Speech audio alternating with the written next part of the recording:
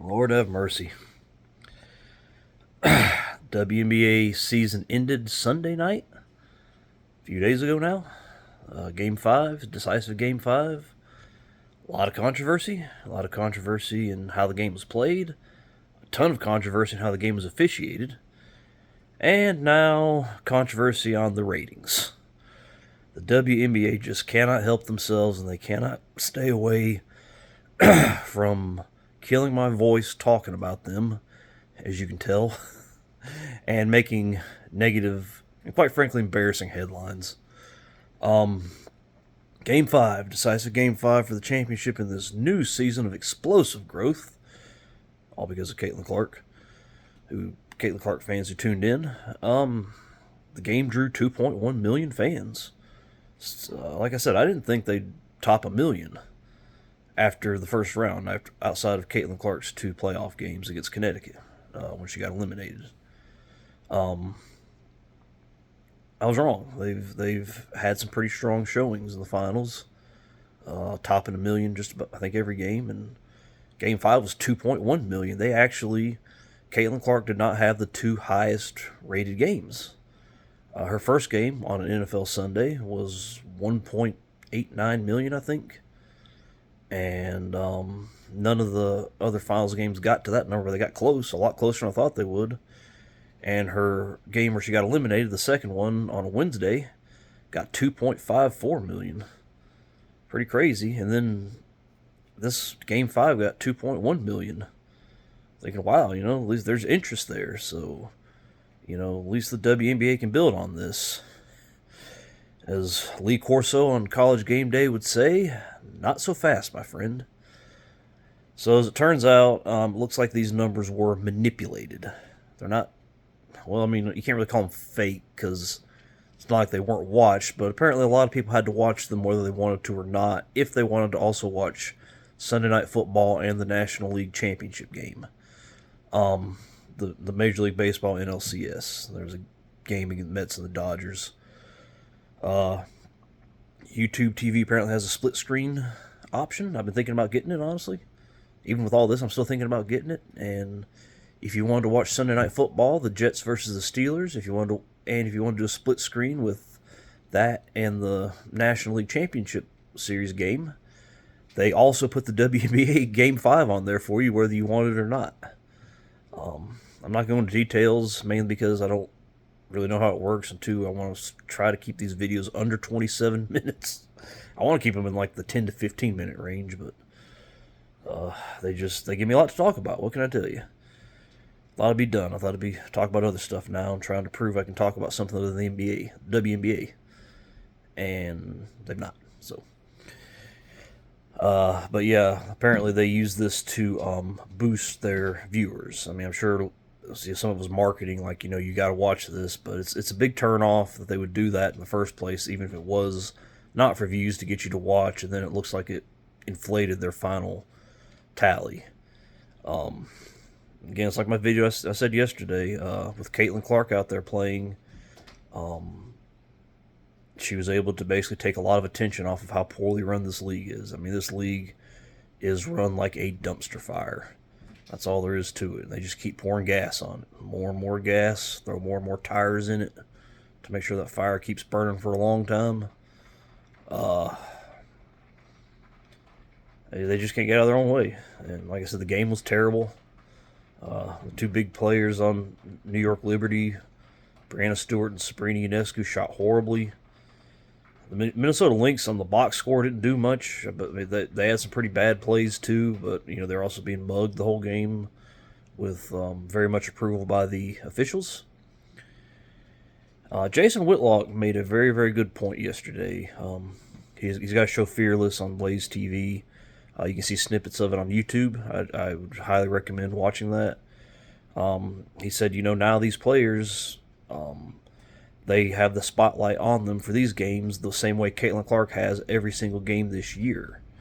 And they're folding under the pressure. They can't do it. I mean, Sabrina Ionescu, 1 for 19 on Game 5, when she knew all the eyes were on her. She knew, over 1 million, as it turns out, 2 million people, whether they wanted to or not, were watching it. Her and Brianna Stewart had terrible games, and they couldn't. They folded under the pressure. They can't handle the pressure like Caitlin Clark can, and that's all there is to it. Every game for her was a million to a million and a half viewers, packed arena every night at home for her and the Fever. So, I mean, I think that's gonna help them a lot in the future. This year is just a huge experience for a lot of people on the Fever, who's never experienced that before, and so now they have this under their belt where everybody else only got a little snippet of it. The Fever had it all year. The continued development of Aaliyah Boston, who will be going into her 3rd season. Lexi Hull will be going to her 4th season. As well as, obviously Kelsey Mitchell. She's been there a while, but, she's been on a bad team in a league that people really weren't paying attention to. I wish I would have paid attention to her before now, but it is what it is. Now she has that under her belt. She understands, the kind of the celebrity part of it, the fact a lot of people are watching me. And so she got that under her belt, so I look for them to be very dangerous. But yeah, Jason Whitlock made a great point about that. All the other ladies that are supposedly better than Caitlin Clark, they folded under the pressure. All the ladies on the Connecticut Sun who were talking so much bad stuff about her, obviously Dejanay Carrington, once they realized that, the ratings are actually still doing pretty good after Caitlin Clark's elimination, didn't play well. Las Vegas Aces, Asia Wilson didn't really play all that well, even with her stacked team. So I would hope they would have some appreciation towards Caitlin Clark now, especially now they're going to get paid more because of Caitlin Clark. And the fact that Dejanay Carrington is going to get a big pay raise because of Caitlin Clark after all the just horrible, mean, nasty, hateful things she's done to her, that's just not fair. I really wish the CBA would say Dejanay Carrington has to keep making, whatever she's making now, and possibly even less, because she doesn't deserve any pay raise. A lot of them don't deserve a pay raise. They did not want Caitlin there. They don't like having Caitlin there, but they're going to like the money, of course. Again, Renee Montgomery had all those things to say about her. She's a part owner, a small owner of the Atlanta Dream, who play their games in a 33,000-seat arena. Caitlin Clark came to town twice, and they were able to move it to the Atlanta Hawks Arena, the State Farm Arena, 17,000 people. So they made a lot more money on those 2 games they would have if Caitlin were not on the team. Renee Montgomery didn't say a word. She sat back, collected her money, and after those 2 games were over, then she talked trash about Caitlin Clark and her fans. That's just who the WNBA is. But, so yeah, it looks like this was fraudulent. This was fraudulent, and as far as the title was fraudulent, obviously. The championship for the New York Liberty was fraudulent, and the ratings were fraudulent.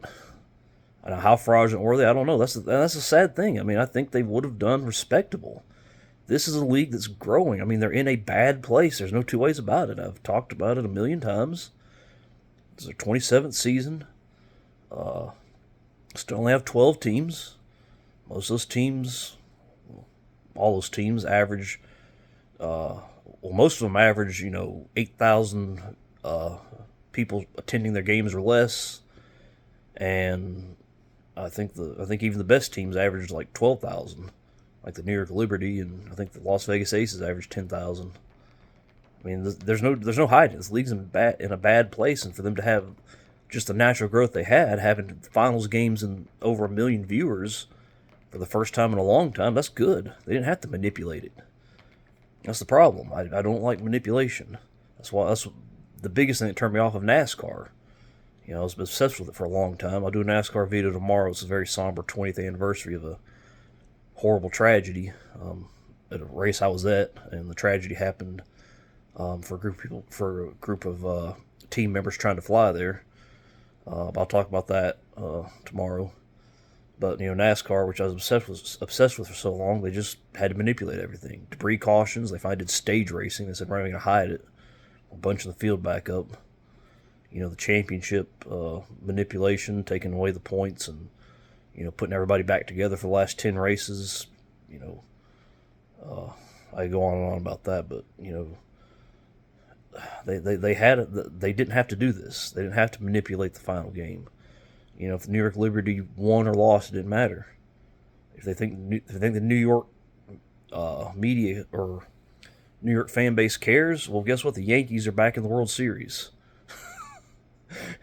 Those who actually even paid attention to the links for the Liberty are going to have forgotten it already, because they want to see the Yankees get what was to be their 28th World Series championship if they get it. The last decade was the first decade since the 1900s, I want to say, that they did not even make a World Series.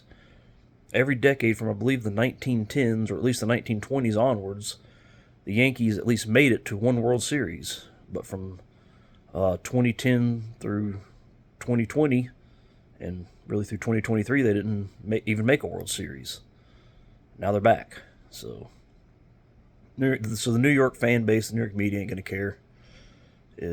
Minnesota probably would have cared a lot more. And now you got to wonder how people that have supported the Lynx feel. They got to say, well, the league doesn't care about us. We can do everything right. And it doesn't matter if a bigger market comes along. They're just going to blatantly and horribly manipulate everything for the other team. So why would you even keep caring? So they can't get out of their own way. Like I said, Caitlin Clark was eliminated less than a month ago. It feels like 5 years. And part of me wonders if this is sabotage for the unrivaled 3-on-3 league they're trying to do. Are they trying to give us a bad taste in our mouth for women's basketball? Are they trying to make it where, so soon afterwards we're going to be like, I'm not watching women's basketball or professional women's basketball. College women's basketball I'm looking forward to, but I'm also looking forward to college men's ball, and also looking forward to not watching the NBA. But, how much are they doing that to try to sabotage that league so they have less, so it'll flame out and they'll have more leverage at the bargaining table? Now they've opted out of the CBA, and with new media rights deals coming in and actual money coming in, their own money, not just from the NBA. I mean, is this self-sabotage? Trying to sabotage that just, because they know that that'll happen. Time will pass. People like me that just don't want to think about the WNBA, even with Caitlin Clark. They don't want to watch the WNBA, even with Caitlin Clark. Right now, I'm just done with it. But May's going to roll around. The Fever's new season will start, and I'm going to be watching. I know I am. As fed up with this league as I am right now, I'm going to be watching. Next year. Months will pass. Things will happen. Divorces will be settled. And, yeah, I said that. And be ready to watch some more Caitlin Clark. And who knows, maybe the league will try to get themselves together this year. Maybe now they finally had this season of eyeballs on them, and maybe they'll change something. Who knows? But as I like to end these videos by saying, I am not holding my breath. Thank every single one of you for the viewer count and subscriptions. It means a lot to me. I didn't really think anybody was going to watch these videos. I guess I'm like the WNBA in that. Now I just got to figure out a way to manipulate even higher viewer numbers. Just kidding, I wouldn't do that. But thank you guys, and take care.